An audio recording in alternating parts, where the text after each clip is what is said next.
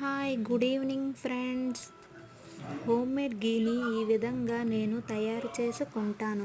పాల మీద వచ్చే మీగడని తీసుకొని ఈ గిన్నె నిండే వరకు అలా ఫ్రిడ్జ్లో స్టోర్ చేసుకుంటాను.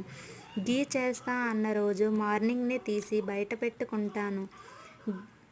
పాల మీద వచ్చే మీగడని 4 to 5 అవర్స్ వరకు బయటనే ఉంచుకుంటాను కనుక అది లూజ్ అవుతుంది. అప్పుడు మిక్సీ పట్టుకొని కూల్ వాటర్లో వేసి ఇలా వెన్న ముద్దని తీసుకొని ఒక గిన్నెలో వేసి స్టవ్ మీద పెట్టి కొంచెం మరిగించుకున్నాక అందులో కొంచెం మెంతుల్ని యాడ్ చేసుకుంటాను.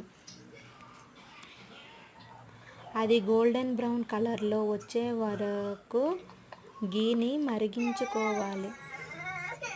మెంతులు ఎందుకు యాడ్ చేసుకుంటానంటే గిన్నె అడుగు అంటకుండా ఇలా ఈజీగా వచ్చేస్తుంది.